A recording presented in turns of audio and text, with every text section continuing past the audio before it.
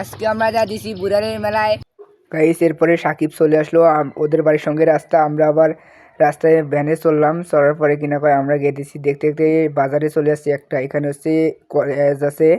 এই কলেজটা পাওয়ার পরে সুন্দর একটা গ্রামীণ দৃশ্য। এদিকে আবার রসুলপুর নদীতে আমরা চলে আসলাম।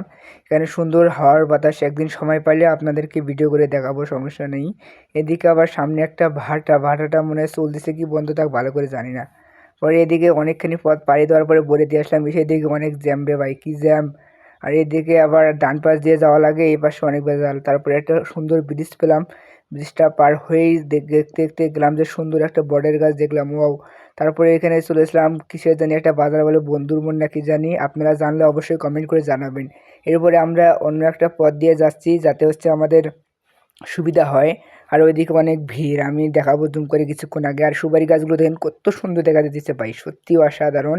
এদিকে আবার ভ্যান আর উঠতেছে না, দুইটা ভ্যান একখানে হওয়ার কারণে পরে আমি আবার উঠে উপরে খাড়া হয়ে ভিডিও করছিলাম। আর ওইদিকে দেখেন কত মানুষ, বললাম না যে ওই রাস্তা দিয়ে গেলে অনেক ভিড় হতো। পরে আমরা চলে আসছি প্রায় কাছাকাছি। পরে আবার আমরা এই যে রাস্তায় একবারে গেটের সামনে আসছি। মেলায় আবার কোনো গেট নাই এখানে। আবার রাস্তায় ভিড় জন্য আমরা নিচ যাচ্ছি। আর ওখানে দেখি বান্দরের মতো বাচ্চারা লাফালাফি করতেছে। আমি আবার ওদেরকে বললাম যে কাকা আমরা চড়তে পারবো? ওরা বলতেছে না, তোমাদের জন্য না, ছোটদের জন্য।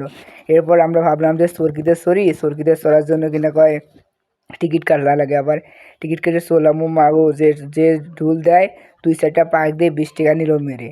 আমি আবার কিনা কয় উপরে চড়ে ভিডিও করতেছি, আবার ভয়ও লাগতেছে যে কখন আবার ফোনটা হুট করে যায় পড়ে গেলে একবারে সব ভেঙে চলে যাবে। ওই লোকটা বললো যে ফোন। আর এমন মেলায় আসছি, এখানে হচ্ছে পেঁয়াজ মাছ যা কিছু একেবারে বাজারের জন্য যা লাগে সব কিছুই পাওয়া যাইতেছে। অনেক সুন্দর মেলা, প্রতি বছরই হয়।